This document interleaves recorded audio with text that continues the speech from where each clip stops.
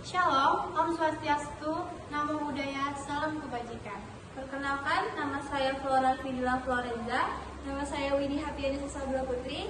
Nama saya Putri Berliana. Nama saya Muhammad Aris Fadila. Nama saya Anak Misha Fiaska. Nama saya Alia Julia. Kami dari kelas 12 IPA 7. Halo teman-teman, hari ini kita akan membahas bagaimana politik luar negeri Indonesia yang bersifat bebas aktif, serta kita akan membahas peran negara kita, negara Indonesia dalam perdamaian dunia.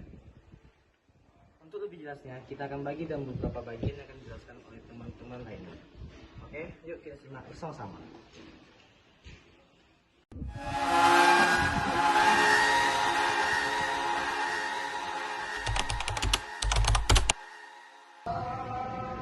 Oke, pertama kita bahas dulu landasan ideal politik luar negeri Indonesia. Sebenarnya, semua kebijakan luar negeri kita berakar dari pembukaan UUD 1945, terutama di alinea keempat yang berbunyi, artinya sejak awal kemerdekaan, Indonesia sudah mempunyai visi untuk ikut serta dalam menciptakan perdamaian dunia, bukan hanya sekedar berfokus pada kepentingan dalam negeri saja. O Indonesië, mijn geboorteland, het mooiste eiland waar de zon. Nah, selain landasan ideal, politik luar negeri Indonesia juga diatur dalam landasan konstitusional. Ini diatur dalam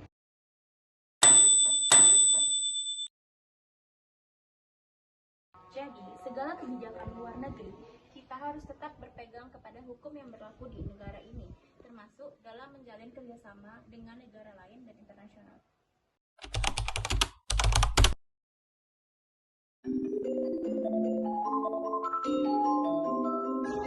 Kalau bicara soal peran Indonesia dalam perdamaian dunia, kita harus lihat sejarahnya dulu. Salah satu peran terbesar Indonesia adalah konferensi ASEAN Afrika atau disingkat dengan KAI pada tahun 1955 di Bandung.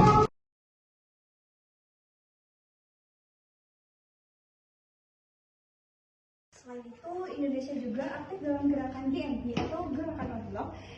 Organisasi ini didirikan agar negara-negara berkembang tidak terjebak dalam konflik barat dan konflik timur saat Perang Dunia. Indonesia bahkan pernah menjadi ketua GNP pada tahun 1992.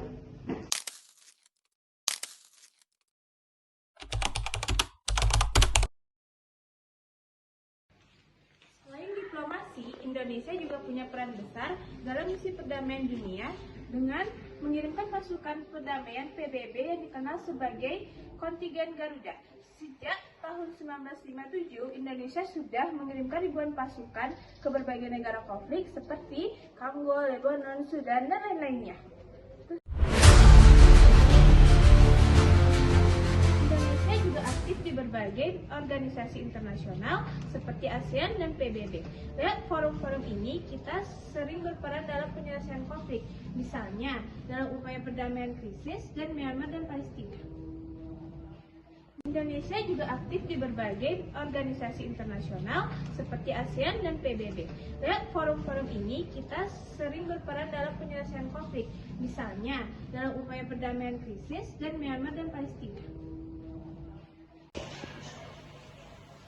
Jadi, kalau kita simpulkan, politik luar negeri Indonesia itu bersifat bebas aktif, yang artinya kita tidak memihak blok tertentu, tapi tetap berperan aktif dalam menciptakan perdamaian dunia. Dan landasannya ada dalam pembukaan Undang-Undang 1945 pada pasal 11 dan Undang-Undang 1945 pada pasal 13.